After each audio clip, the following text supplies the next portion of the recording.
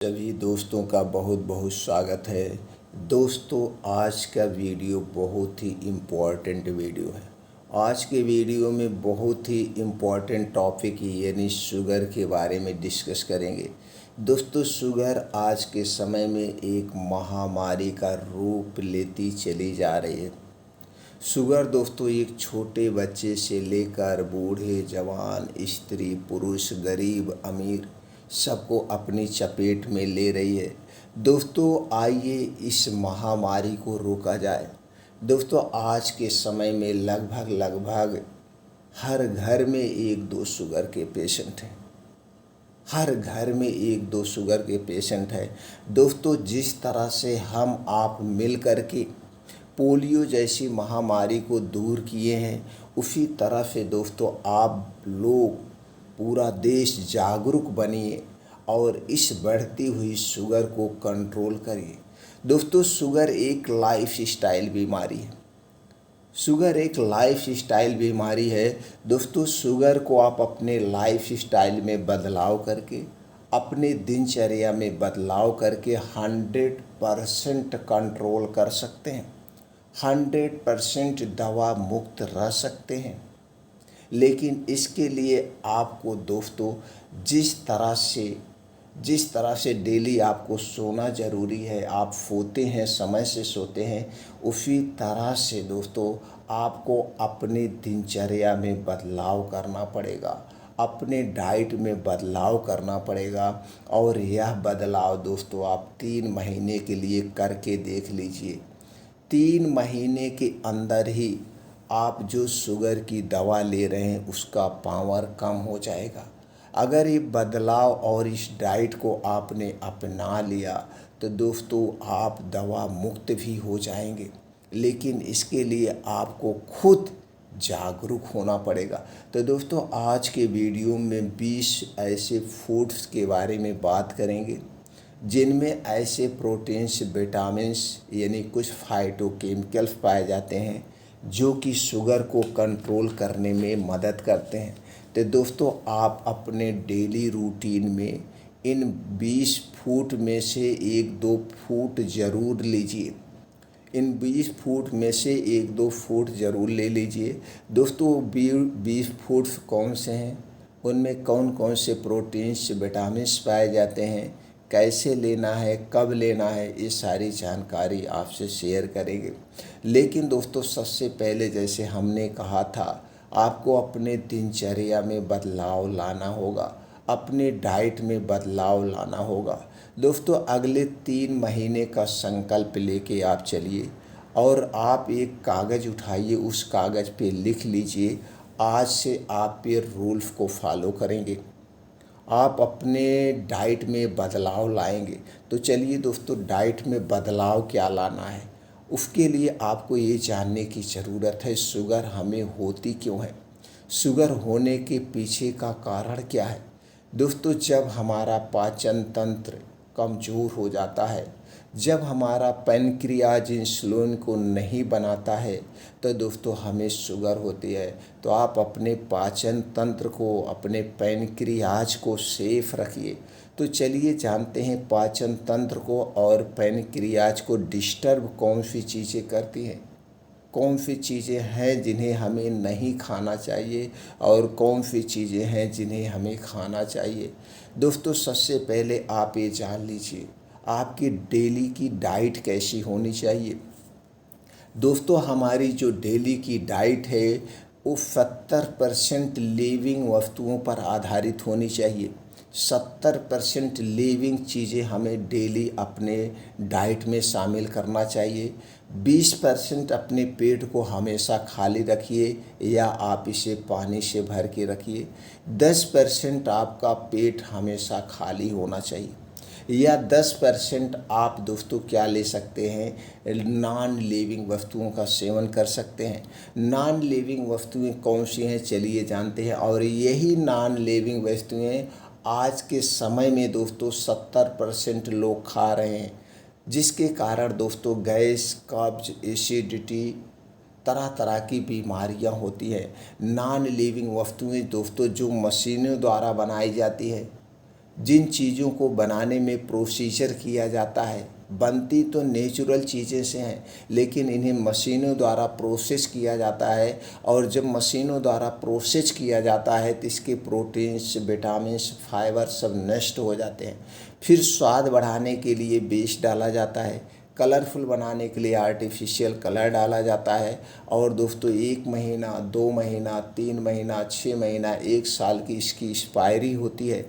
बनाया आज जा रहा है और दोस्तों फिर इसे आप 6 महीना, 1 साल बाद खाते हैं। जैसे छोटे से एग्जाम्पल से समझते हैं, जो आप ये बिस्किट खाते हैं, बिस्किट क्या है दोस्तों? मैदा है, चीनी है, नमक है, रिफाइन या डालडा में इसे छाना गया है और कुछ नहीं है। तो इस तरह से जैसे आप घर पे पूड़ी बनाते हैं, तो घर पे पूड़ी जो आप मीठी पूड़ी बनाते हैं, क्या आप उस मीठी पूड़ी को 6 महीने बाद खा सकते हैं? शायद आपका जवाब होगा नहीं। जबकि आप वो बिस्किट 6 महीने बाद खा रहे हैं। सेम तरीका है, सेम प्रोसीजर है, उसी चीज़ें से वो भी बिस्किट भी बना है और उसी चीज़ से आपकी मीठी पूड़ी भी बना है। तो बिस्किट को आप उसकी एक्सपायरी 6 महीना है, 6 महीने तक कैसे आप खा रहे हैं? 6 महीने तक एक किस तरह से सुरक्षित रखा गया है? इसका मतलब सुरक्षित रखने के लिए इसमें कुछ ऐसे केमिकल मिलाए गए हैं जिसे आप कीटनाशक कह सकते हैं। तो दोस्तों वो वेस्ट पदार्थ हुआ, आर्टिफिशियल कलर वेस्ट पदार्थ हुआ।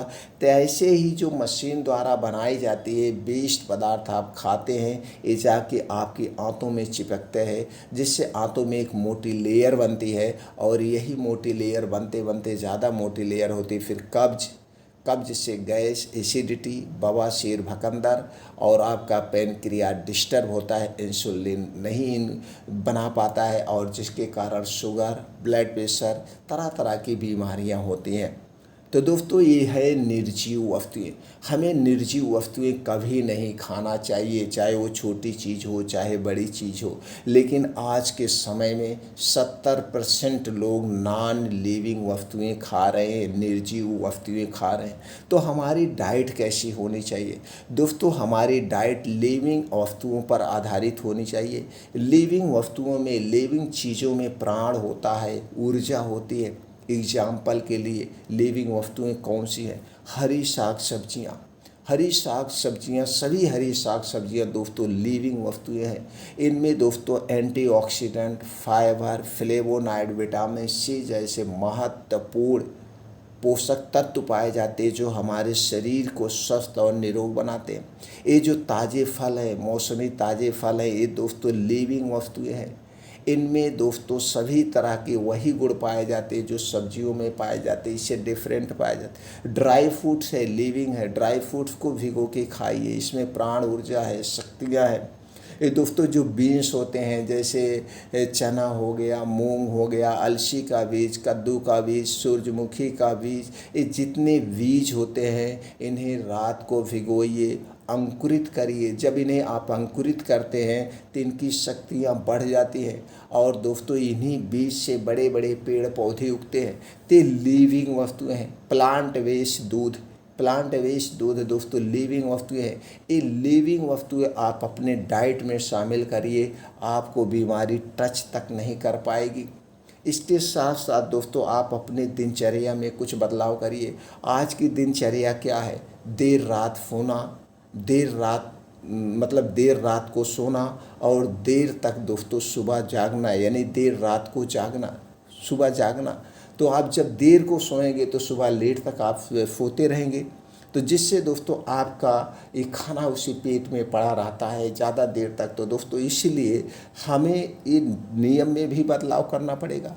हमारी दिनचर्या जो होनी चाहिए वो प्रकृति के हिसाब से होनी चाहिए, क्योंकि जो है हमारे शरीर का निर्माण हुआ है प्रकृति से बना हुआ, इन्हीं 5 तत्वों से बना है। और हमारे शरीर में 3 दोष पाया जाता है, जैसे कि हमने पहले वीडियो में चर्चा कर चुके हैं। वो 3 दोष क्या हैं? वात दोष, पित्त दोष और कफ दोष। दोस्तों जब आप देर तक सोएंगे और देर रात को सोएंगे तो आपके शरीर के वात, पित्त, कफ तीनों डिस्टर्ब हो जाएंगे, और जब आपके तीनों डिस्टर्ब होंगे तो दोस्तों आपका शरीर बीमार होगा। तो दोस्तों आपको 2 बदलाव करने और ये दोनों बदलाव दोस्तों प्रकृति के नियम के अनुसार करने। हमारा जो ये दोनों बदलाव होगा, जो रूल्स होगा, प्रकृति का होगा। दोस्तों हमारा प्रकृति क्या कहता है? प्रकृति का नियम ये है, आपके खाने का जो समय है वो प्रकृति के हिसाब से होना चाहिए। तो प्रकृति का टाइम क्या है? प्रकृति का टाइम है सूर्य डूबने के 1 घंटे पहले, क्योंकि दोस्तों ये सूर्य की किरण और पाचन तंत्र का गहरा नाता है, एक गहरा नाता है। ये हमारा पाचन तंत्र यानी कि जो हमारे पेट में जठराग्नि पाया जाता है, इसका और सूर्य की किरणों से गहरा नाता है। इसलिए दोस्तों रात का खाना आप सूर्य डूबने के 1 घंटा पहले कर लीजिए, चाहे गर्मी हो, चाहे ठंडी हो, चाहे बारिश हो। तो एक समय फिक्स करिए कि रात का खाना शाम को 5 से 6 बजे आप खा लेंगे किसी भी कीमत पर, और यह खाना एकदम हल्का सुपाच्य होगा। रात के खाने में तली भुनी चीज़ें नहीं होंगी, गरिष्ठ भोजन नहीं होगा, सिर्फ सब्जी रोटी, साग रोटी, दाल रोटी, दूध रोटी, जो भी खाएंगे यही आपको खाना है। और यह खाना आप आधे पेट खाएंगे, भर पेट नहीं खाएंगे। तो जब दोस्तों एक खाना आप 5 से 6 बजे के बीच खाएंगे और सोने आप जाएंगे 10 से 11 बजे सोने जाएंगे, तो 4 से 5 घंटे में आपका खाना पूर्ण रूप से पच जाएगा। अब इसके 3 बड़े फ़ायदे। पहला फ़ायदा तो रात के समय जो आपको बीमारी होती हैं, जैसे रात में खाना खाने के बाद पेट का फूलना, गैस कब्ज, एसिडिटी का होना, brain haemorrhage, paralysis, heart attack का आना, ये रात के समय ये सारी बीमारियां नहीं होगी। दूसरा फ़ायदा दोस्तों, आप अगले दिन खाना कब खाएंगे? अगले दिन आप 10 से 11 बजे के बीच खाएंगे। 16 घंटे का आप उपवास कर रहे हैं, और इस 16 घंटे का उपवास आपके शरीर को निरोगी बना देगा। क्यों? क्योंकि दोस्तों इस 16 घंटे में आपका शरीर खाली रहेगा, आपके मुंह में कुछ नहीं जाएगा। तो अंदर के जो आर्गन हैं आते हैं, किडनी है, लीवर है, गाल ब्लेडर है, अपने आप को क्लीन कर लेंगे, यानी डिटॉक्सिफाई कर लेंगे। और जब आप 16 घंटे का उपवास करते हैं, इस समय आपके शरीर का टेम्परेचर दोस्तों क्या होता है? कम हो जाता है। जब शरीर का टेम्परेचर कम हो जाता है तो आपका शरीर अपने आप बीमारी को रिकवर कर लेता है अपने आप। तो दोस्तों ये 3 बड़े फ़ायदे हैं। तो दूसरा बदलाव क्या करना है? दूसरा बदलाव दोस्तों, आप जब जल्दी सो जाएंगे तो आप जल्दी उठ जाइए, यानी ब्रह्म मुहूर्त में उठने का प्रयास करिए। और इससे ब्रह्म मुहूर्त का जो समय है दोस्तों 3 से 4 बजे का समय है, लेकिन आप 4 से 5 बजे के बीच ज़रूर उठ जाइए, क्योंकि नींद भी पूरी होना ज़रूरी है। नींद भी हमारे स्वास्थ्य पे गहरा असर डालती है, इसलिए 6 से 7 घंटे की गहरी नींद आपको चाहिए ही चाहिए। तो दोस्तों 4 से 5 बजे उठिए। उठने के बाद 1 से 2 गिलास गुनगुना पानी पीजिए, बैठ के आराम से बासी मुँह शिव शिव करके। इसके बाद थोड़ा सा इधर उधर टहलिए, दैनिक दिनचर्या से निवृत्त हो जाइए। 5 बजे आपको घर छोड़ देना है। 5 से 7 2 घंटे का समय आप अपने लिए निकालिए। तेज़ गति से 5 से 6 किलोमीटर का मॉर्निंग वॉक करिए, जहां मिट्टी हो, हरी घास हो, नंगे पांव। 50 से 60 दंड बैठक करिए, अनुलोम विलोम करिए, प्राणायाम करिए, मेडिटेशन। लेकिन ये सब खुले आसमान के नीचे, सूर्य की किरणों के सामने। सूर्य की किरणें भी दोस्तों आपके शरीर को स्वस्थ और निरोगी बनाती हैं। सूर्य की किरणों का और हमारे स्वास्थ्य से गहरा नाता है। सूर्य की किरणों में विटामिन डी प्रचुर मात्रा में पाया जाता है। दोस्तों अगर आप रोज़ उगते हुए सूरज के सामने 1 घंटे बैठते हैं, वो भी हल्का सूती कपड़ा पहन के, तो आपके शरीर में कभी विटामिन डी की कमी नहीं होगी। आपका शरीर हमेशा स्वस्थ और निरोग होगा। अगर ये बदलाव करके ऐसी डाइट रखते हैं अगले 3 महीने तक, 3 महीने के अंदर दोस्तों मैं गारंटी लेता हूँ आप भी जो भी बीमारी है आपके शरीर में, जो भी उसकी दवा आप ले रहे हैं, वो दवा की मात्रा आधी हो जाएगी और आपका शरीर एकदम स्वस्थ निरोग होना शुरू हो जाएगा। आपके शरीर रीस्टार्ट अपने आप कर लेगा, आपके शरीर का पुनर्जन्म हो जाएगा। आप करके तो देखिए, एक कदम स्वस्थता की ओर बढ़ा के तो देखिए। दोस्तों मेरा एक ही उद्देश्य है कि हमारा पूरा भारत देश, पूरा विश्व बिना दवा के स्वस्थ और निरोग रहे। दोस्तों आज मैं एक सीक्रेट आपसे शेयर करना चाहता हूँ। मैं पिछले 25 साल से अपने घर को दवा मुक्त रख चुका हूँ। हमारे घर में पिछले 25 साल से पूरे परिवार में, और हमारा परिवार बहुत लंबा है, पूरे परिवार में कभी एक टैबलेट यूज नहीं हुआ है। यानी कि अगर छोटे मोटे जैसे वायरल फीवर या जुकाम बुखार अगर हुए भी हैं, ये दोस्तों घरेलू नुस्खे से ठीक हो गए हैं। अंग्रेजी दवा कभी यूज नहीं हुई है पिछले 20 साल से।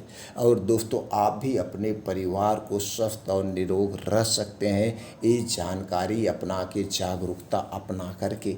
तो चलिए मित्रों, अब हम वो जानते हैं शुगर में जो फ़ायदेमंद हैं वो 20 फूड्स के बारे में। दोस्तों 20 फूड्स को खाने से पहले आप जान लीजिए, जो 20 फूड्स है, जो भी चीज़ें हम शेयर करेंगे इसे दोस्तों मात्रा भी बताएंगे, सारी जानकारी आपसे शेयर करेंगे। इसलिए मित्रों वीडियो को स्किप किए बिना अंत तक सुनिएगा। सुनने के बाद इस जानकारी से अगर आप संतुष्ट होना तो ज़्यादा से ज़्यादा लोगों तक ज़रूर शेयर करिएगा। अगर दोस्तों पूरी जानकारी सुनने के बाद आपके मन में कुछ भी क्रॉस क्वेश्चन उठ रहा है या आपके मन में कुछ भी प्रश्न बन रहा है तो दोस्तों कमेंट सेक्शन के माध्यम से आप पूछ सकते हैं। तो चलिए दोस्तों जानते हैं शुगर में जो हमें कंट्रोल करने में मदद करते हो कौन से 20 फूड्स हैं। पहला है दोस्तों वो है आंवला। दोस्तों आंवला एक ऐसा फल है, सबसे सस्ता फल है, और ये दोस्तों हमारे पाचन तंत्र के लिए अमृत का काम करता है। तो दोस्तों आंवले का जब समय हो, आंवले का जब सीज़न हो तो हमें 2 आंवला ऐसे दिन में रोज़ चबा चबा के खा जाना चाहिए। अगर आप इसे रोज़ सुबह खाली पेट खाते हैं तो और अच्छा है। जब आंवले का सीज़न हो तो 2 से 3 आंवला ऐसे चबा चबा के खा जाइए। आंवला खाने के 2 घंटे 2.5 घंटे बाद तक कुछ खाना पीना मत खाइए। पीने की चीज़ें में पानी ले सकते हो भी, गुनगुना पानी, लेकिन चाय कॉफ़ी या नमकीन या खाना आपको 2 से 2.5 घंटे तक नहीं खाना है। तो पहला फल है जो शुगर को कंट्रोल करने में, आपके पाचन तंत्र को कंट्रोल करने में मदद करता है, वो है आंवला। दूसरा है दोस्तों मेथी दाना। मेथी दाना शुगर को कंट्रोल करने में बहुत ही महत्वपूर्ण भूमिका निभाती है।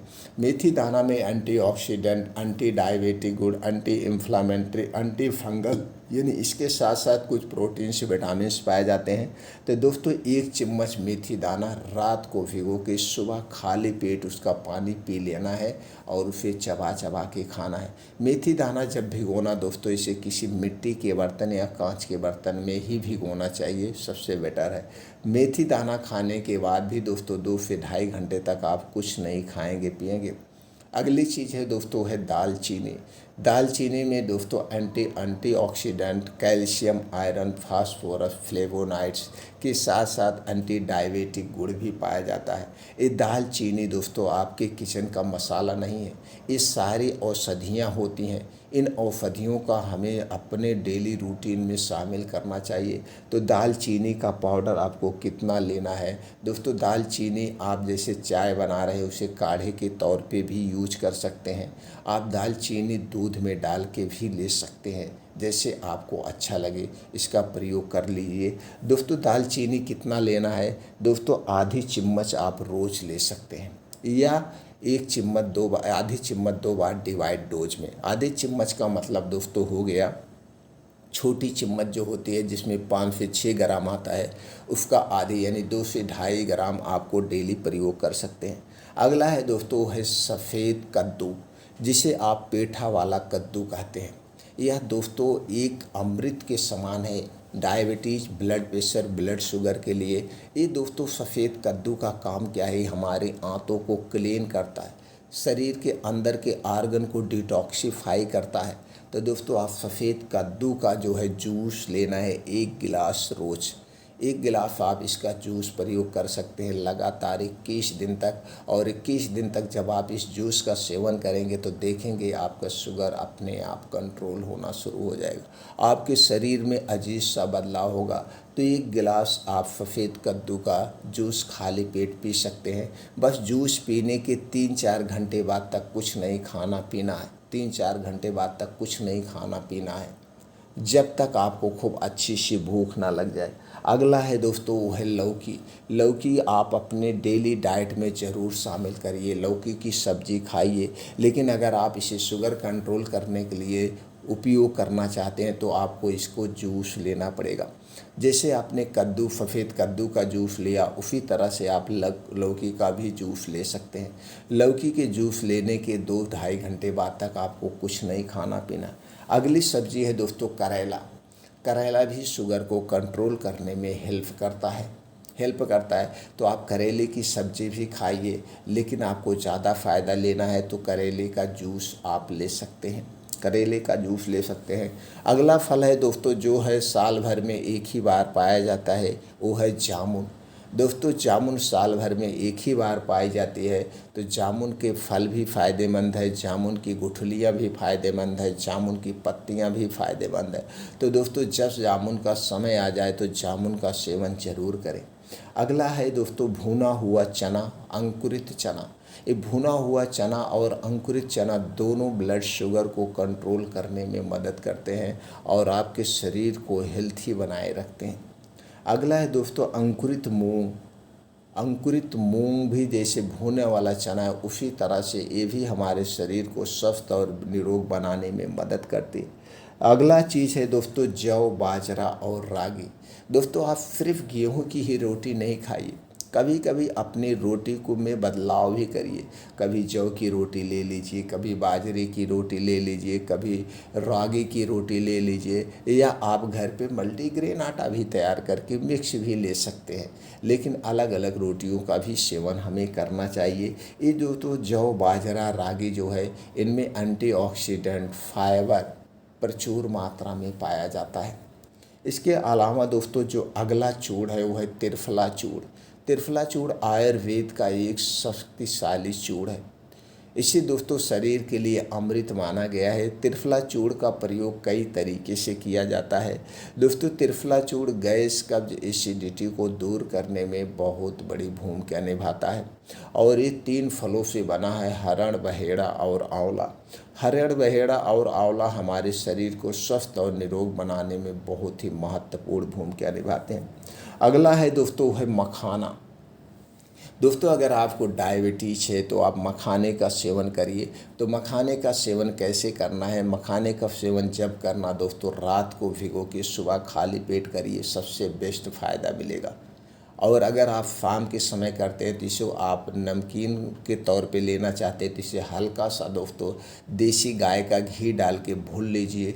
भुनने के बाद एक मुट्ठी मखाने को आप शाम के समय जब अच्छी सी भूख लगी हो उस समय खाना है, जब खूब अच्छी सी भूख लगे तभी खाना है। अगला है दोस्तों आप बादाम।